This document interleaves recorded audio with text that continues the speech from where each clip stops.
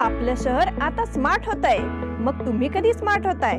Smart न्यूजचे YouTube channel subscribe करा, smart बना। नोटिफिकेशनसाठी bell icon पर क्लिक करा।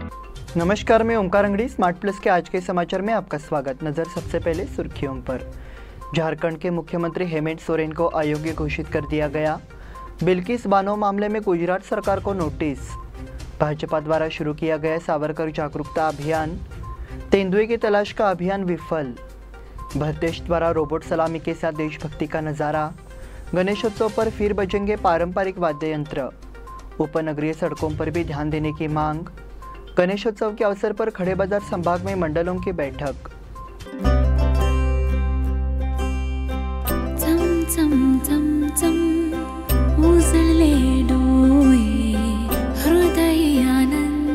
BS Channabasappa and Sons, the Textile Mall, grand opening on 26th June.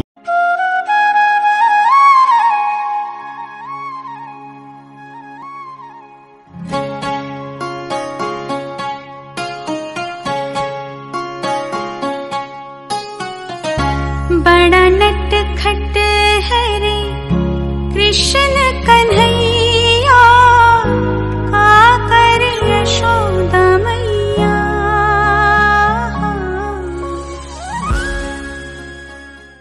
अब समाचार विस्तार से। भारत के चुनाव आयोग ने झारखंड के मुख्यमंत्री हेमंत सोरेन को विधायक के रूप में अयोग्य घोषित करने की सिफारिश की है। इस संबंध में चुनाव आयोग ने झारखंड के राज्यपाल रमेश बैस को पत्र लिखा है। राज्यपाल रमेश बैस ने अवैध खनन आवंटन मामले में चुनाव आयोग से राय मांगी थी। इसी के मद्देनजर चुनाव आयोग ने इसकी सिफारिश की है। इस बीच झारखंड के राज्यपाल फिलहाल दिल्ली में हैं और उनके आज झारखंड पहुंचने की संभावना है। 18 अगस्त को चुनाव आयोग ने हेमंत सोरेन और उनके भाई बसंत सोरेन दोनों को सुना था।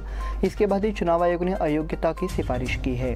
हालांकि अंतिम फैसला राज्यपाल करेंगे। भाजपा ने हेमंत सोरेन पर खुद को खदानें आवंटित कर भ्रष्टाचार का आरोप लगाया था। साथ ही सूचना के अधिकार कार्यकर्ता शिवशंकर शर्मा ने घोटाले की सीबीआई और ईडी जांच की मांग करते हुए 2 जनहित याचिकाएं दायर की थी। बिल्किस बानो मामले में गुजरात सरकार को नोटिस।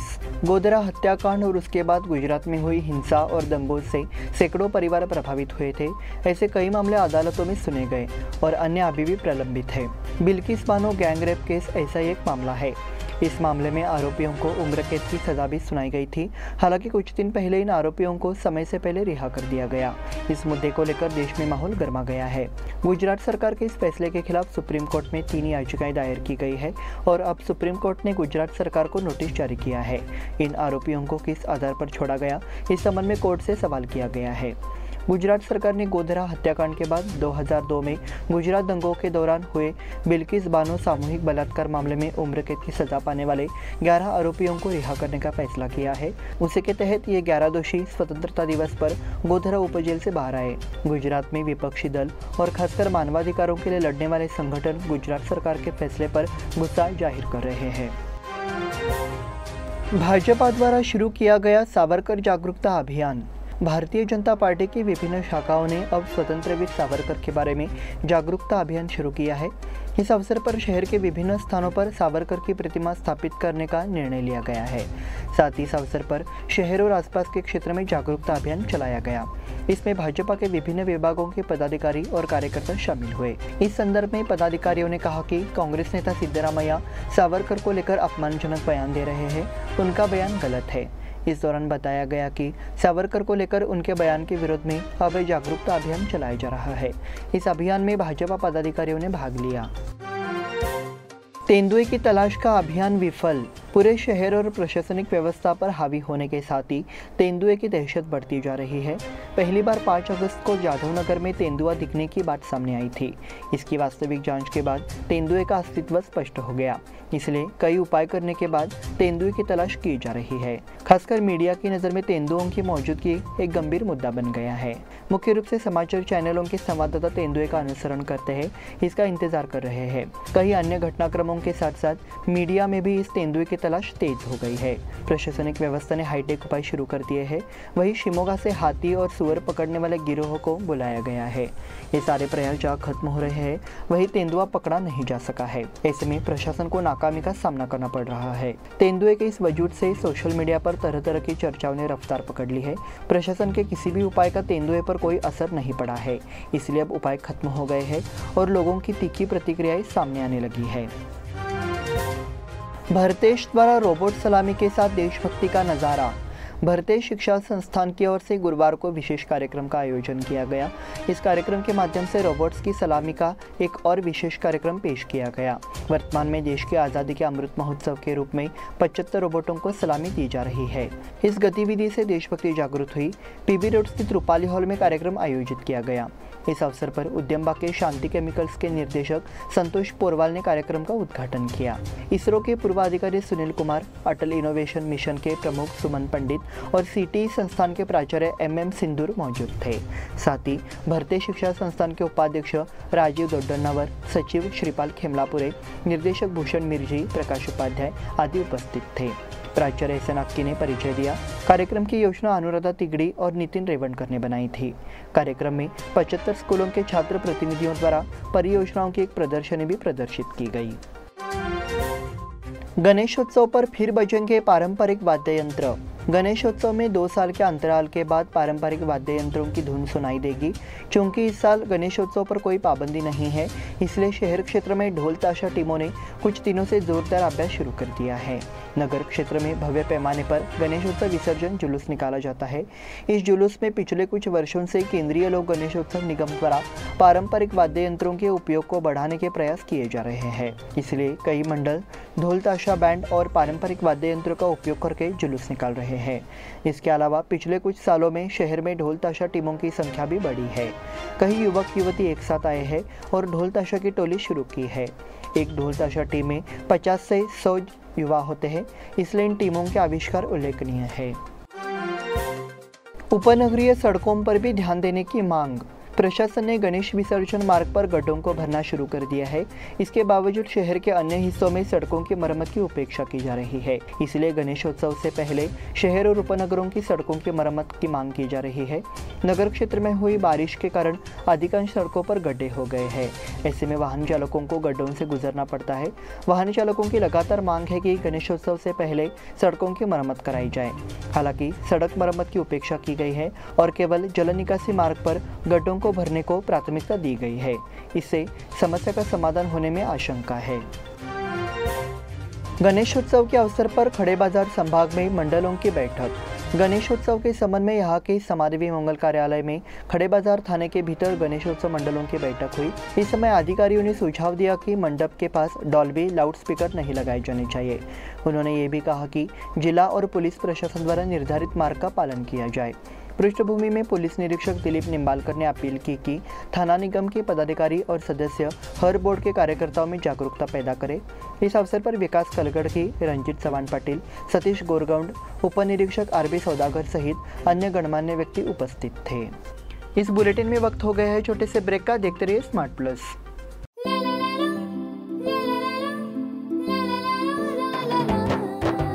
जले दीप अंगना में होगी रोशन दुनिया, पलकों तले छा जाए चांद तारों का साया।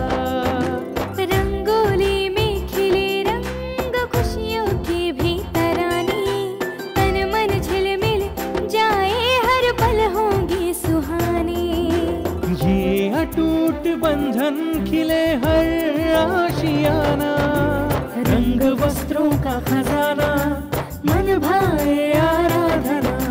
रंग वस्त्रों का खजाना मन भाए आराधना। आराधना मारुति गली बेलगाम। मन भाए आराधना। बेलगाम वासियों के पसंद में उतरा उड़ान बार एंड रेस्टोरेंट। सोशल डिस्टेंसिंग का ख्याल रखते हुए हमारा स्टाफ देता है बेहतरीन सर्विस का विश्वास। यहां है पार्टी और फंक्शन के लिए 3 आलीशान हॉल, कारपोरेट डिनर मीटिंग के लिए 3 अलग कक्ष, IPL मैच देखने के लिए 3 बड़े स्क्रीन की विशेष सुविधा। इसके साथ ही साफ सुथरा किचन, जहां हमारा वेल क्वालिफाइड स्टाफ देता है क्वालिटी और हाइजीनिक फूड की गारंटी। तो फिर खाने की हो बात तो आना परिवार के साथ। उड़ान बार एंड रेस्टोरेंट, लिंगराज कॉलेज के पास, बेलगावी। फोन 0831 2435 777। ब्रेक के बाद फिर से आपका स्वागत। बढ़ते हैं अगले समाचार की ओर। बेलगाम के गणेशोत्सव की ऐतिहासिक परंपरा है। 2 साल के अंतराल के बाद फिर से सार्वजनिक रूप से गणेशोत्सव मनाया जा रहा है। इस त्योहार को सभी को शांतिपूर्ण और ऊर्जावान माहौल में मनाया जाना चाहिए। कलेक्टर नितेश पाटिल ने आश्वासन दिया कि प्रशासन की ओर से विभिन्न सुविधाएं मुहैया कराई जाएंगी। बुधवार को कलेक्टर पाटिल के साथ समाधवी मंगल कार्यालय पहुंचे अनिल बेनके, पुलिस आयुक्त डॉक्टर MB बोरलिंगया, नगर आयुक्त डॉक्टर रुद्रेश घाले की मौजूदगी में पदाधिकारियों की बैठक हुई। लोकमान्य गणेशोत्सव मंडल विजय जाधव, पदाधिकारी राजू खटावकर, अर्जुन राजपूत, रवि कलगडगी, नितिन जाधव, हेमंत हवल, शरद पाटिल, पार्षद श्रेयस नाकाडी, सुनील जाधव, सौरभ सावंत उपस्थित थे। समाधवी मंदिर मंगल कार्यालय में बैठक के बाद कलेक्टर नितेश पाटिल ने अनिल बेनके के साथ श्रीमूर्ति विसर्जन मार्ग का निरीक्षण किया। महाराष्ट्र में धर्मांतरण निषेध कानून बनाने की मुख्यमंत्री से मांग। हिंदू जनजागृति समिति के एक प्रतिनिधिमंडल ने मुख्यमंत्री एकनाथ जी शिंदे से मुलाकात की और मांग की कि महाराष्ट्र राज्य सरकार को महाराष्ट्र के कुछ जिलों में धर्मांतरण की घटनाओं में वृद्धि को गंभीरता से लेते हुए एक सख्त रूपांतरण प्रतिबंध अधिनियम लागू करना चाहिए। इस समय हिंदू जनजागृति समिति के महाराष्ट्र एवं छत्तीसगढ़ राज्य संयोजक सुनील घनवट ने प्रेस वार्ता में कहा। वो मुंबई मराठी पत्रकार संघ द्वारा आयोजित एक संवाददाता सम्मेलन में बोल रहे थे। इस अवसर पर अखिल भारतीय वीरशैव लिंगायत महासंघ के कार्यकारी अध्यक्ष, सनातन संस्था की प्रवक्ता विजय जंगम, नैना भगत और मुंबई, ठाणे और रायगढ़ जिला समन्वयक सागर चोपदार उपस्थित थे। वर्तमान में देश में 10 राज्यों अर्थात उत्तर प्रदेश, मध्य प्रदेश, छत्तीसगढ़, अरुणाचल प्रदेश, हिमाचल प्रदेश, गुजरात, उत्तराखंड, ओडिशा, झारखंड, कर्नाटक ने रूपांतरण अधिनियम अधिनियमित किया है। गोवा में भी संभावना है। इसलिए मांग की कि यह कानून महाराष्ट्र में भी तत्काल लागू किया जाए। कोल्हापुर में रंगमंच प्रशंसा प्रतियोगिता में रंगभूमि समूह की सफलता। गायन समाज देवल क्लब कोल्हापुर प्रस्तुत कला महर्षि नट श्रेष्ठ बाबूराव बेंदरकर स्मृति रंगमंच प्रशंसा प्रतियोगिता का आयोजन किया गया। प्रतियोगिता में महाराष्ट्र की 29 टीमों जैसे कोल्हापुर, सांगली, मुंबई, पुणे, गढ़हिंग्लज, बेलगाम ने भाग लिया। मेधा मराठे द्वारा लिखित और निर्देशित कुलकर्णी की कहानी राधे पर आधारित एक संवादात्मक नाटक, जिसमें सुधीर शेंडे, चिन्मय शेंडे, अर्चना ताम्हनकर, प्रिया काले और मेधा मराठे ने अभिनय किया। चिन्मय शेंडे ने टीम प्रेरणा पुरस्कार के साथ पुरुष मुखर प्रदर्शन के लिए तीसरा पुरस्कार जीता। विजेताओं को स्वप्निल राजशेखर द्वारा पुरस्कार वितरित किया गया। बेलगाम में 27 को भव्य बूस्टर खुराक वितरण अभियान चलाया जाएगा। यहाँ के पीपल ट्री कॉलेज की ओर से 27 को भव्य बूस्टर डोज वितरण अभियान चलाया जाएगा। इसमें बड़ी संख्या में नागरिकों से भाग लेने का अनुरोध किया गया है। कोरोना से लड़ने के लिए यह अभियान अहम होगा। उसके लिए आयोजकों ने जानकारी दी है कि यह अभियान नागरिकों के लिए इसमें भाग लेने और कोरोना से निजात पाने के लिए कदम उठाने में मददगार साबित होगा। ये खुराक 18 वर्ष से अधिक आयु के उन नागरिकों को निःशुल्क वितरित की जाएगी जो दूसरी खुराक ले चुके हैं। उसके लिए नागरिक अपना आधार कार्ड और सेकेंड डोज सर्टिफिकेट लेकर यहाँ उपस्थित हो। अभियान की शुरुआत people tree education institute Nehru Nagar के कार्यालय में सुबह 10 बजे से होगी। गीता भूते स्मृति अंतर कॉलेज देशभक्ति गायन प्रतियोगिता संपन्न। सागर एजुकेशन कॉलेज द्वारा आयोजित प्राचार्य गीता भूते स्मृति इंटर कॉलेजिएट देशभक्ति समूह गीत गायन प्रतियोगिता का आयोजन बड़े उत्साह के साथ किया गया। प्रतियोगिता का ये 16वां वर्ष था। वरिष्ठ संगीतज्ञ डॉक्टर नंदन हेरलेकर, अरविंद कुलकर्णी मौजूद थे। प्रिंसिपल राजू हलाब ने अतिथियों को गुलदस्ता भेंट कर स्वागत किया। प्रोफेसर TM नौकुतकर ने पेश किया। संगीत प्रोफेसर विनायक मोरे ने अतिथियों का परिचय कराया।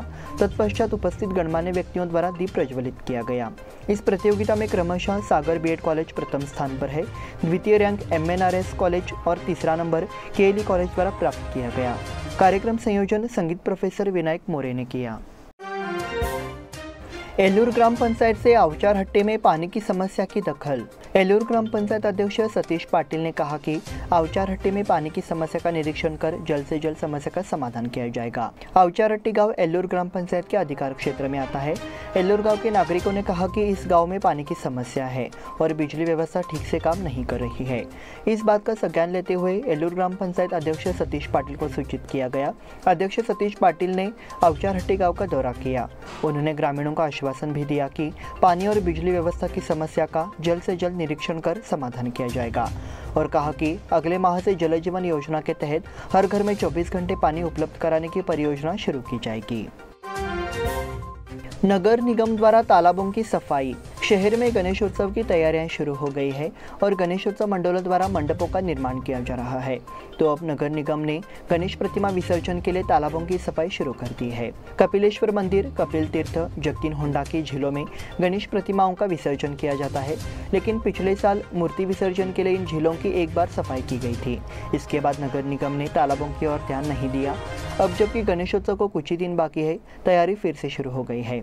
इन तालाबों की सफाई नगर स्वास्थ्य विभाग कर रहा है।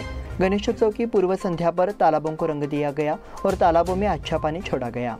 हर झील के पास निर्मल्य कुंड का निर्माण किया गया है। इसके अलावा नगर निगम द्वारा एक स्वागत कक्ष भी स्थापित किया गया है। इसी के साथ स्मार्ट प्लस के आज के समाचार समाप्त हुए। धन्यवाद।